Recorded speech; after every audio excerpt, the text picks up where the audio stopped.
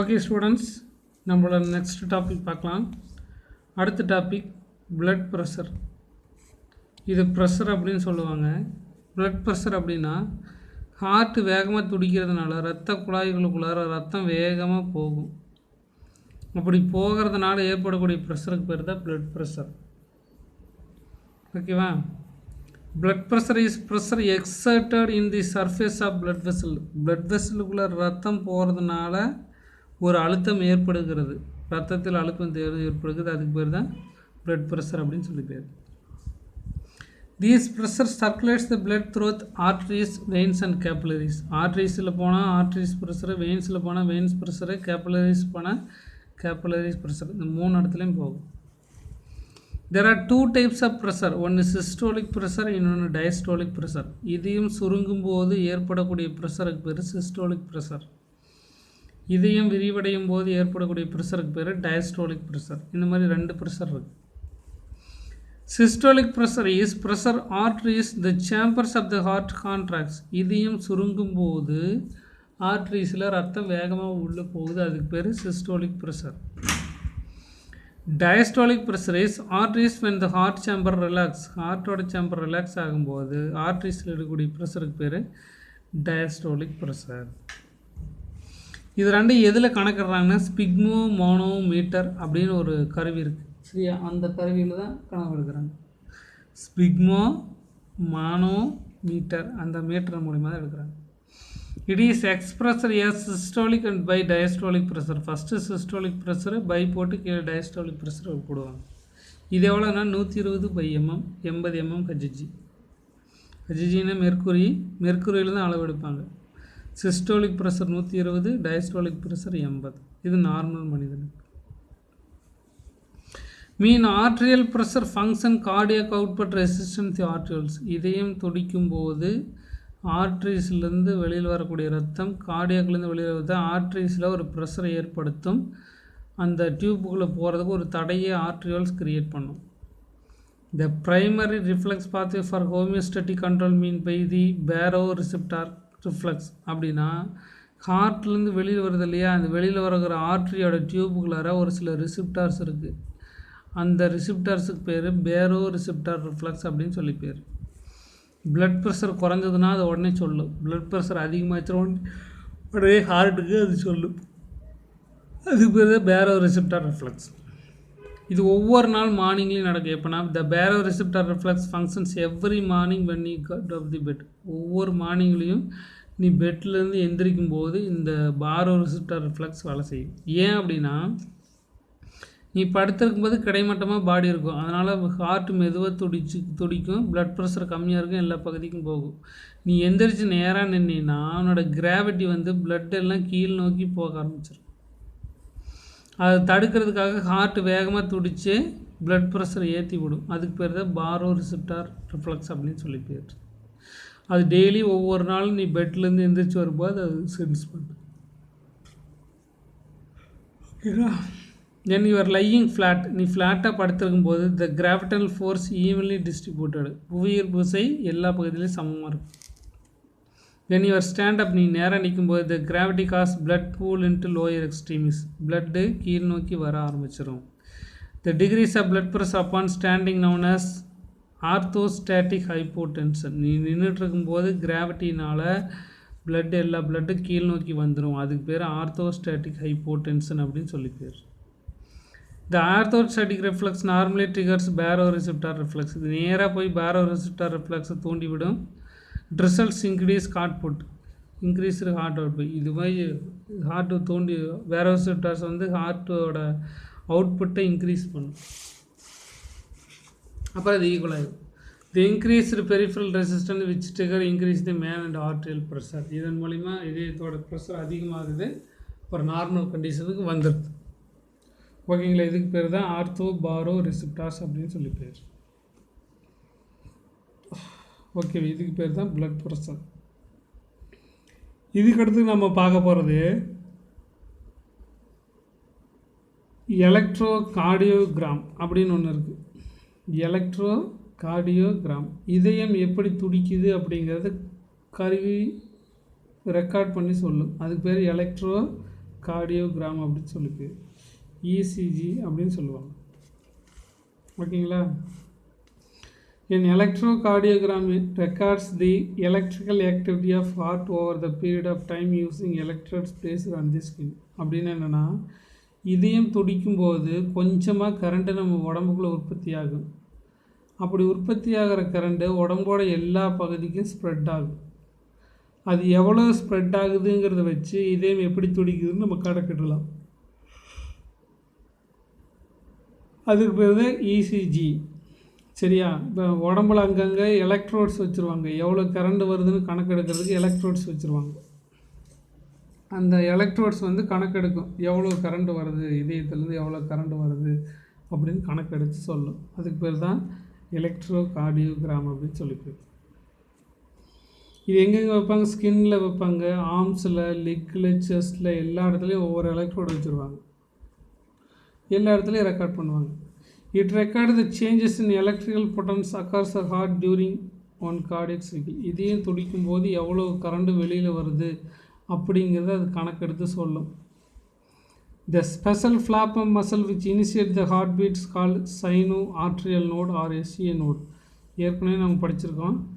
இதய துடிப்பு ஆரம்பம் செய்யக்கூடிய பகுதிக்கு பேர் சைனோ ஆர்ட்ரியல் நோட் அல்லது எஸ்ஏ நோட் அப்படின்னு சொல்லி நம்ம ஏற்கனவே படிச்சிருக்கோம். இந்த ரைட் ஆர்ட்ரியம், இது ரைட் ஆர்ட்ரியத்து மேலே இருக்குது. It spread the wave contraction in the heart. இதுதான் ஹார்ட் முழுவதும் அந்த விசைகளை பரப்பி விடுது. The waves of ECG due to depolarisation not due contraction of heart. இதையும் துடிக்கிறதுனால கரண்ட் உற்பத்தி ஆகிறதில்ல. சரியா? கரண்ட்டு வேறு ஒரு விஷயத்தினால உற்பத்தி ஆகுது. சரியா? இதையும் துடிப்பதனால கரண்ட் உற்பத்தி ஆகிறதில்ல, கரண்ட் உற்பத்தி ஆகிறதுனால தான் இதையுமே துடிக்குது. ஓகேவா? இசிஜி வந்து டீபோலரைசேஷன் நடக்கிறதுனால வரக்கூடிய கரண்ட்டை உற்பத்தி பண்ணும். கணக்கிட்டு சொல்லும். These wave depolarization occurs before beginning of contraction of the heart muscle. இதையும் துடிக்கிறதுக்கு முன்னாடியே இதயத்தில் கரண்ட் உற்பத்தி ஆகிரும். The normal ECG shows 3 waves, P wave, QRS wave, T wave அப்படின்னு 3 இருக்குது. பி அலை, கியூஆர்எஸ் அலை, இது 3 ஒன்றா வச்சுக்குவாங்க. டி அலை அப்படின்னு வச்சுக்கோங்க. பிக்யூஆர்எஸ்டி அப்படிங்கிற இங்கிலீஷ் லெட்டர் அப்படி வச்சுக்குவாங்க. சரியா? இதை நம்ம பார்க்கலாம், இப்போ டீட்டெயிலாக பார்க்கலாம். இங்கே பாருங்கள், இதுதாங்க அந்த இதய துடிப்போட ஒரு அலை. சரிங்களா? ஃபஸ்ட்டு இப்படி போகும், இப்படி கொஞ்சம் மேலே இருக்குது. இது பி வேவ், பி அலை அப்படின்னு சொல்லுவாங்க. சரியா? பி அலை இதுலேருந்து இதோட முடியும். அடுத்து கியூ அலை, இதுதான் கியூ அலை. இவ்வளோ தான் கியூ அலை ரொம்ப சின்னது, இவ்வளோ தான் கியூ அலை. நெக்ஸ்ட் ஆர் அலை ரொம்ப பெருசு, இது மேல் நோக்கி போகும். சரியா? இதுதான் ஆர் அலை. இது எஸ் அலை. சரி, எஸ் அலையும் சின்னது, கியூ அலையும் சின்னது, எஸ் அலையும் சின்னது, ஆர் அலை ரொம்ப பெருசு. இது டி அலை. சரியா? இதை வச்சு நம்ம சொல்லிக்கலாம். அங்கே பாருங்கள், இந்த பி அலை இருக்கும்போது ஆரிக்கல் சுருங்கும், அப்புறம் இது வென்ட்ரிக்கல் சுருங்கி இது வென்ட்ரிக்கல் விரிவடையும். இப்படி வரிசையை போகும். இது ஆர்ட்ரியல் டீபோலரைசேஷன் நடக்கிறதுனால பி அலை உருவாகுது. ஆரிக்கல் டீபோலரைசேஷன் நடக்கிறதுனால பி அலை உருவாகுது.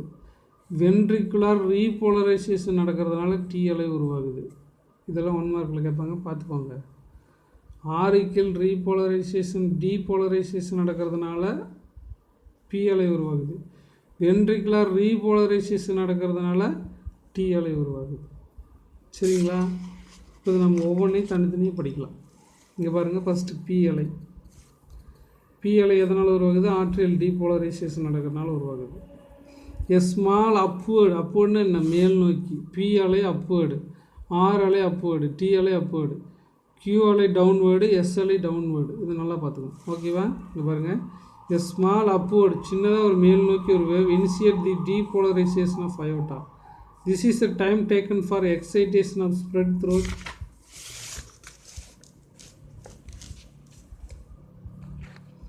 From sinoatrial node. Sinoatrial நோடுலேருந்து கரண்ட் உற்பத்தியாகி ஆரிக்கல் முழுவதும் பரவக்கூடிய நேரம் தான் பி அலை.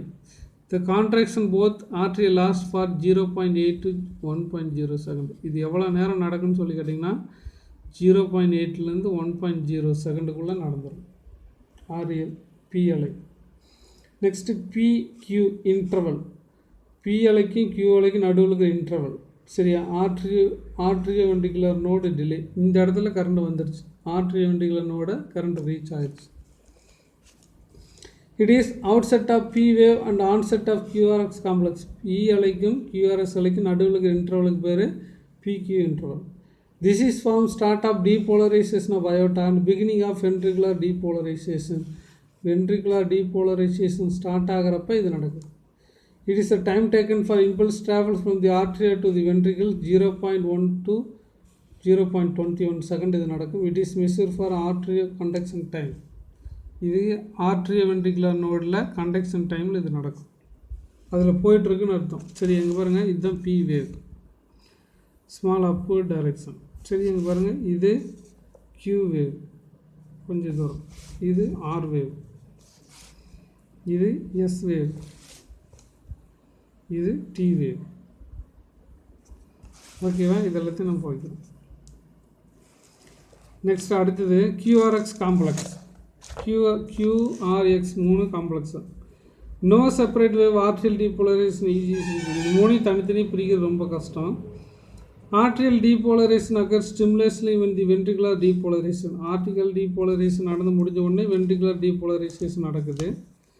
The normal QRX complex to 0.06 to 0.09 second. இந்த QRX மொத்தமே 0.06 0.09 செகண்ட் நடக்கும். QRX complex starter than P wave. இது மூணு சேர்ந்து P waveோட சின்னதாக தான் இருக்குது. Because depolarization spread through Purkinje fibers, prolonged QRX indicate delayed conduction through the ventricles, often caused ventricular hypertrophy due to the black branches of bundle of his. இந்த QRX complex சரியாக வரலன்னா heart attack இருக்குன்னு அர்த்தம். சரியா? இதய துடிப்பு சரியாக வேலை செய்யலைன்னு அர்த்தம். இதை வச்சு தான் டாக்டர் சொல்லுவாங்க. நெக்ஸ்ட் எஸ்டி சேக்னட் அப்படின்னு ஒன்று இருக்குது. எஸ் அலைக்கும் டி அலைக்கும் நடுவில் இருக்கிறது ST stagnant. It is lies between the QRX to T wave. QRXக்கு டி வேவுக்கு நடுவில் இருக்கிறது தான் இது. It is a time during when the all region of ventricles complexity depolarize and reflects to the plate space before depolarization.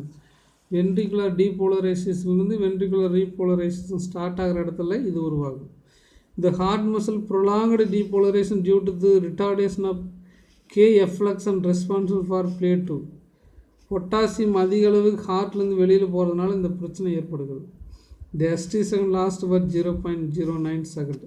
இதையும் 1 மார்க்கில் எதுவும் பார்த்துக்கோங்க. நெக்ஸ்ட்டு கடைசி வேவு டி வேவு. இது வென்ட்ரிகுலர் ரீபோலரைசேஷனால் உருவாகுது. It depends ventricular repolarisation. இது 1 மார்க்கில் கேட்பாங்க. The duration of T wave longer than the QRX complex because repolarization takes place simultaneously through the ventricular depolarization. Ventricular depolarization நடந்து முடிஞ்ச உடனே ventricular repolarization ஸ்டார்ட் ஆகி இந்த வேவ் போயிடுது. ஓகேங்களா?